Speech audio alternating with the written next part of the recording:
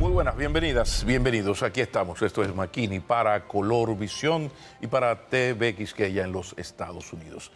Es lo que se llama una entrevista adecuada, oportuna más bien, muy oportuna, porque ahora se trata de analizar los hechos desde varias ópticas. Y para analizar los resultados de las municipales desde la óptica del Partido Revolucionario Moderno, pocos políticos son tan adecuados y oportunas su participación en el programa como Eduardo Yayo Sanz y Lobatón. Un placer recibirte. Qué bueno estar aquí de nuevo, Pablo. Bienvenido. Viéndote bien.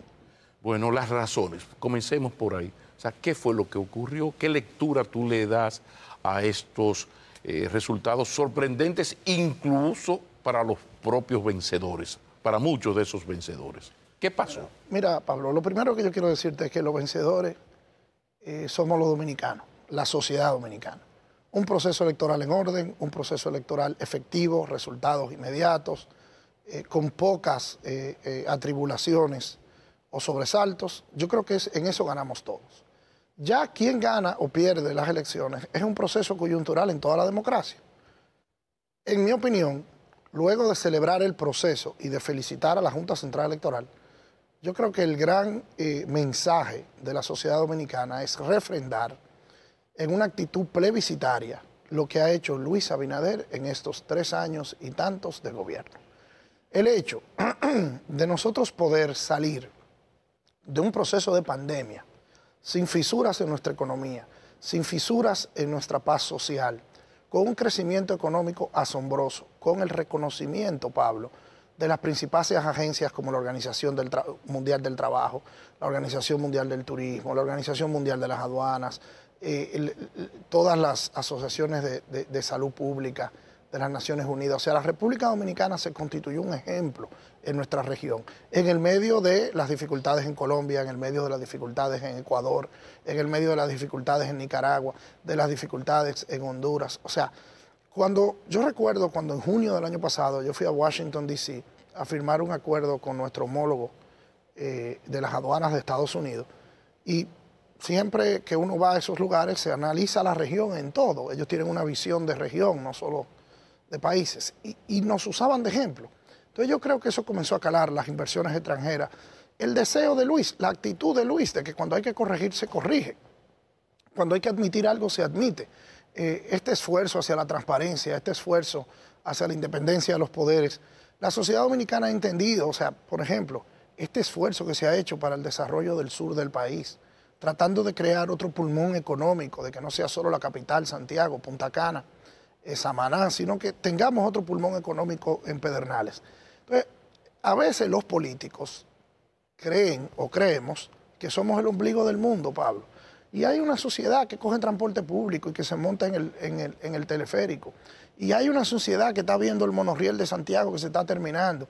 Y hay una sociedad que ve las extensiones de la UAS que se están haciendo, que ven los hospitales que se están equipando, que reciben la asistencia social, ya sea en el subsidio al combustible, ya sea a través de los programas como Supérate, y ven y reciben eso sin que nadie le pregunte de qué partido es, sin que nadie lo adocene, sin que nadie lo invite a una marcha, sin que nadie...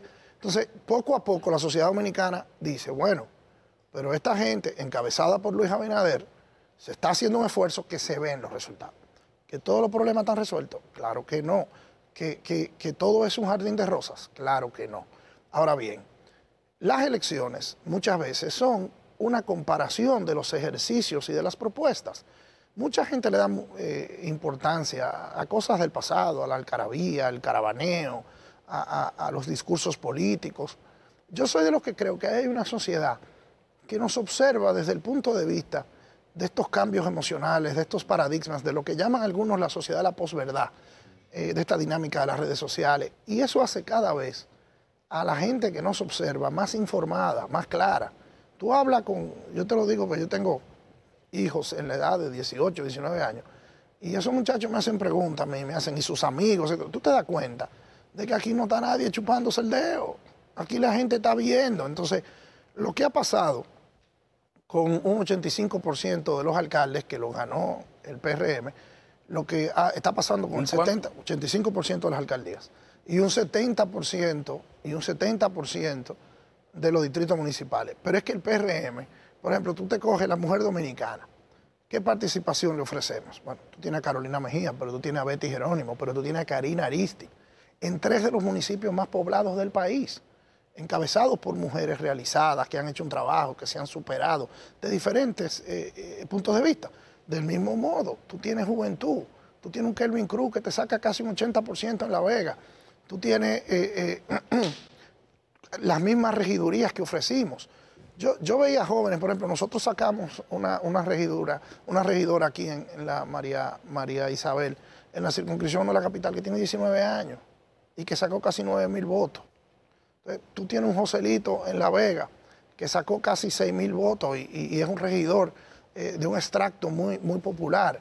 Entonces, cuando tú ves, el PRM ha gobernado de una manera que la gente lo refrenda, aún criticándonos, aún señalando las cosas que podemos mejorar. Entonces ese mensaje es poderosísimo. Pero quizás hay que ir más abajo, profundizar más, porque hay un elemento que llama la atención. En todas las encuestas, las valoraciones en cuanto a la economía del país y el manejo de la economía del país son negativas. E incluso esta misma semana en el Barómetro de las Américas, por primera vez en varios años, ya recuperó el tema, situación de la economía, el primer lugar por encima de los demás, incluido la inseguridad ciudadana, que es... Entonces, ¿cómo explicar? Incluso siempre se ha dicho que la reelección no pega con inflación. Entonces, de repente vemos un país que ya no crece como crecía hace 4 años, que tiene sus problemas de empleo, los problemas sempiternos nuestros, que la gente los destaca en todas las encuestas. Sin embargo, estos resultados, Pablo, ¿qué es lo que se ha logrado? Tú tienes razón en tu valoración. Definitivamente, yo dije en mi primera intervención contigo hoy que no es que es un jardín de rosas. No es que Luis Abinader... Pero los resultados sí son jardín de rosas. No es que Luis Abinader es un rey Midas, que todo lo que toca lo convierte en oro. Ahora, lo que sí la gente asimila es el esfuerzo en la dirección correcta y los resultados concretos. Okay. Porque si bien es cierto que la inflación nos ha afectado, y yo te decía, tú que me conoces de toda la vida, yo siempre fui inquieto desde muchachito, pero a mis 47 años de edad, yo no recuerdo nunca haber visto a nadie que saliera de un supermercado feliz con los precios. Yo no lo recuerdo eso. Ni tampoco recuerdo que la gente le gustara pagar impuestos. Nunca he oído eso. Entonces, definitivamente la inflación es una realidad que la gente comprende que Luis y que este gobierno, que su gabinete económico ha hecho un esfuerzo por enfrentar. Que no es que la inflación se disparó en República Dominicana. Hubo una inflación a nivel mundial donde los precios del petróleo fueron récord, los precios del maíz, los precios de la soya, los derivados del aceite. Entonces, ¿qué hizo Luis Abinader y el gobierno? Bueno, pasamos una ley de tasa cero, hicimos un esfuerzo. ¿Para qué? Para poder paliar los precios y la gente se da cuenta de eso. Porque ahora no es lo que diga Leonel Fernández, no es lo que diga Luis Abinader, no es lo que diga Abel Martínez, no es lo que diga Pablo, no es lo que diga Yayo. Es que la gente, a través de ese teléfono inteligente, a través de 8.000 canales de televisión, a través de cualquier página de internet, sabe lo que está pasando en Rusia, en Ucrania, sabe lo que está pasando en Minnesota. Entonces hay un contexto y la gente dice, bueno, esto está difícil, pero este hombre está trabajando para que esté menos difícil. Entonces, al mismo tiempo, récord en trabajo en la zona franca, récord en la recuperación del turismo, récord en los índices de comercio exterior. Por ejemplo, yo me sentí muy satisfecho porque en Davos, que nos representó la vicepresidenta Raquel Peña, el Foro Económico Mundial, la República Dominicana fue uno de los países que más avanzó en términos de comercio exterior por el avance que ha tenido el país en términos logísticos, que es un trabajo que nosotros hacemos en aduana. Entonces, tú te pones a ver y la gente va viendo este pedazo aquí, este pedazo aquí. Pero, por ejemplo, nunca había habido los aumentos salariales que se han producido en el gobierno de Luis Abinader. Las negociaciones sin sobresaltos, sin huelgas, sin discusiones. Los empresarios, los sindicatos, hemos trabajado en casi 3 aumentos salariales, pero no aumentos salariales poca cosa, un aumento salarial significativo que también ataca la inflación, Pablo. Entonces, que los problemas existen, claro que sí, que la inseguridad es una realidad, pero la inseguridad es una realidad. Ahora bien, ¿Qué gobierno en las últimas décadas había asumido con tanta firmeza una reforma policial? Había respetado la ley orgánica. Ya nosotros vamos por 3 directores de la policía, respetando la ley orgánica. Estamos haciendo inversiones en seguridad que nadie había hecho. Este país tenía más de 20 años que no compraba un helicóptero, que no compraba un equipo de guerra. Entonces tú te pones a ver el vecino país, lo que hemos tenido que lidiar con nuestros vecinos, la construcción del muro fronterizo, la revalorización de nuestra zona fronteriza, con inversiones como se hace en Pedernales, pero al mismo tiempo con inversiones en seguridad. Entonces, tú eres un dominicano que estás preocupado por lo que pasa en el vecino país, pero tú ves este hombre que va a la frontera, que invierte en la frontera, que compra equipos de seguridad, que dialoga, que lleva el tema a las Naciones Unidas, que lleva el tema a la Casa Blanca, que lleva el tema a Europa y que pone en conciencia del mundo la realidad de que el país está dispuesto a colaborar, pero no a echarse encima las calamidades de nuestros vecinos. Entonces, la gente, Pablo, no es que nosotros podemos presentarnos aquí como que somos perfectos o como que no. Esto hay que hacerlo con muchísima humildad. Y la verdad sea dicha, Pablo, nos hemos equivocado muchísimo. Y nos vamos a seguir equivocando porque el ejercicio de gobernar no es un ejercicio de perfección.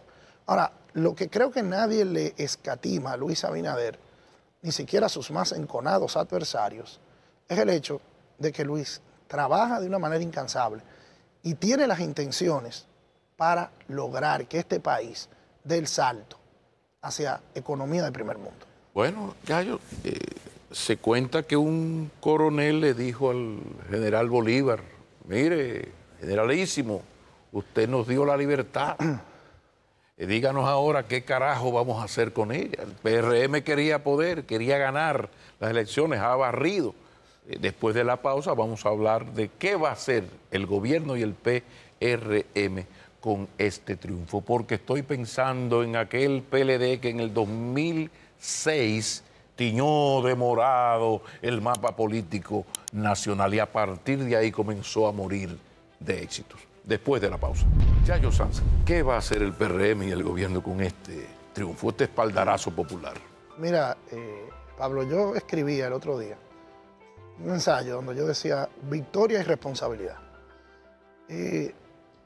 No podemos olvidar, como tú decías en el 2006, y volvió y pasó algo parecido en el 2010, no al nivel de esto. O sea, esta es la mayoría municipal más importante de la historia democrática dominicana. Nunca nadie había sacado el 85% de los alcaldes.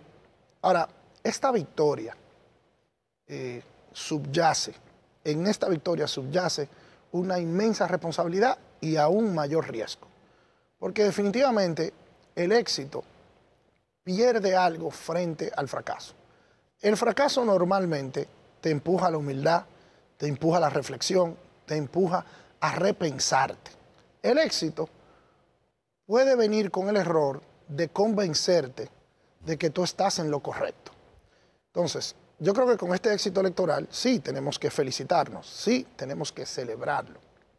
Ahora bien, la inmensa responsabilidad que nosotros hemos recibido en el contexto en el que vivimos, donde a mí me gusta mucho de que el más popular de los romanos fue el que asesinaron el ajido de marzo, que fue Julio César. Hay que recordar también que Winston Churchill gana la Segunda Guerra Mundial, Pablo, y el año siguiente pierde las elecciones del Partido Laborista Británico. La popularidad siempre ha sido mutable. O sea, las historias están llenas.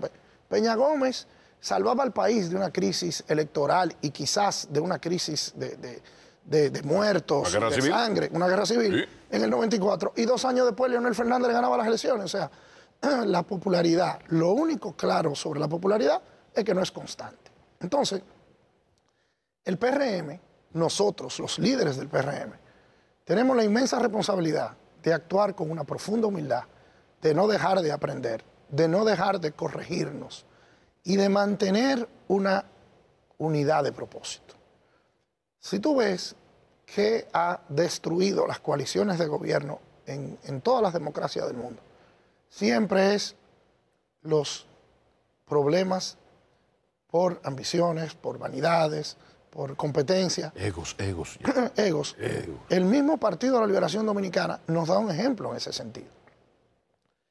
Entonces, yo creo que el PRM tiene que trabajar para mantener una unidad de propósito agarrado del principio de las transparencias, del principio de la independencia de los poderes, del principio de las realizaciones, del principio de la creación de empleo, del principio de la igualdad de oportunidades. O sea, agarrarnos a eso, más allá de quiénes son los ejecutores. Sí, pero eso es desde el gobierno. Ahora, desde el PRM hay un concepto importante y que los partidos, casi todos, se han descuidado, que es el asunto de formar. El PLD fue la excepción por aquellos círculos de estudios bochistas.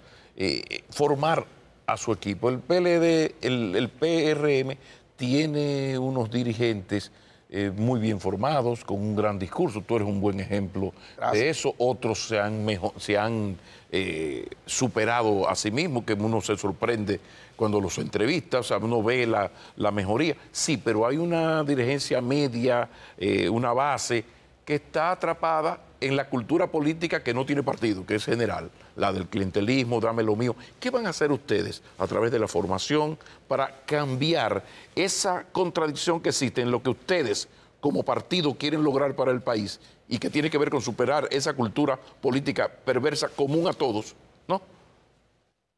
A la hora de la verdad y ganar elecciones? Mira, el mismo presidente Abinader, el otro día en una conversación que tuvimos después de ganadas las elecciones, nos ponía un ejemplo a un grupo que estábamos conversando con él, de que las candidaturas que más avanzadas habían sido, que más habían sorprendido, eran las candidaturas más innovadoras. Las candidaturas que no necesariamente se acercaban al aparato político del partido. Y en eso subyace una gran lección. El que esté creyendo que la política es el centro de los acontecimientos está equivocado. La mejor campaña es una buena gestión desde las instituciones que todos participamos, trabajamos o ocupamos. Cuando tú vas a un barrio, tú vas a Gualey, tú vas a Guachupita, tú vas a Cienfuegos en Santiago, tú vas a cualquier parte. El clientelismo cada vez es más irrelevante porque la sociedad cada vez más se empodera. Entonces, yo creo, y soy muy optimista, en que en el PRM tenemos una forma de aprender y de corregirnos. Y ahí está nuestra breve historia. Nosotros salimos, y yo recuerdo, Pablo, mira, ahora la gente cuando yo se lo cuento me dice, increíble, la gente se reía de nosotros. Cuando en el año 2014, 2015, nosotros salimos con este propósito que era PRM, que ya tiene 9 años, y íbamos a los sitios y no teníamos locales, teníamos que hacer un serrucho para alquilar sillas. Y era muy difícil. Y en apenas 5 años ganamos el poder. Y en apenas 9 tenemos 85% de los alcaldes. Entonces, sí, hay que administrar ese éxito. Hay una frase que decía que el éxito es un gran narcótico. Hay que tener un profundo cuidado con creernos la película, como dice uno de mis hijos, creernos la movie, de que todo está bien. No, no es así. Porque en cada éxito están las razones de tu posible fracaso. Ahora, lo que sí está claro es que nuestra estructura política, nuestra organización, ha encontrado una manera de traducirse a la sociedad, de penetrarse con la sociedad, de darle oportunidades a jóvenes, de darle oportunidades a mujeres, de darle oportunidades a sectores marginados. Durante un tiempo aquí hubo una narrativa que yo decía, wow, pero qué narrativa más extraña, que eran que si lo popi, que si esto, que si la extracción social. Y yo decía, wow, pero qué pena que esos que arguyen eso no conocen la realidad de Alfredo Pacheco, o la realidad de Jesús Chubaque, o la realidad de nuestros candidatos en todo el país. O sea, el PRM es realmente un partido integrado con la sociedad dominicana. Y esa es nuestra fortaleza. Tú le has dado al clavo. Si no hacemos un esfuerzo por formación, por traducir a todos los niveles de nuestra estructura política ese criterio de que no es con la caravana, que no es con la dádiva, que no es con el clientelismo, que no es solo con el empleo en el gobierno, que no es solo con la ayuda que te pueda dar el Estado, sino que un partido político tiene que ser aspiracional, tiene que ser un tema donde tú vayas para prepararte mejor, para vivir mejor, para trabajar mejor, para relacionarte mejor. Pero los planes para hacer eso, la Escuela de Formación del PRM, ¿está funcionando? El PRM no tiene un funglode como tienen los PLD y ahora tiene la Fuerza del Pueblo, que es un think tank y unas relaciones internacionales. Es como nos decían que nosotros éramos un partido como yo te decía, de Popi. Y ahí están, y ve a ver quién sacó más votos en Gualey, ve a ver quién sacó más votos en Guachupita, ve a ver quién sacó más votos en todas partes. Porque la actividad intelectual del PRM es vigorosa. Nosotros tenemos peñas, o sea, no círculos de estudio, pero tenemos espectros de formación, tenemos acuerdos con fundaciones internacionales. Eso se está haciendo. Pero en las bases del partido. Pero tú no y se reúnen y tú vas y conversas esa cosa que uno conversa fuera del aire, de la cultura política. Yo participo de un club de lectura. Ajá. Que tenemos un grupo de compañeros. Y ahí tenemos discusiones que en la calle El Conde en su mejor momento no se tenían. Entonces... en la cafetera. Sí, al final, la gente tiende a subestimar en lo que no profundiza. Y yo te puedo decir a ti que en el PRM habemos un grupo de mujeres y hombres que estamos conscientes de lo que pesa sobre nuestros hombros en cuanto a la democracia dominicana, inclusive por el deterioro en el que están inmersos nuestros adversarios, cosa de la cual yo no me alegro. Tú coges todas las democracias del mundo y las estables tienen partidos políticos fuertes, vigorosos, que compiten entre sí.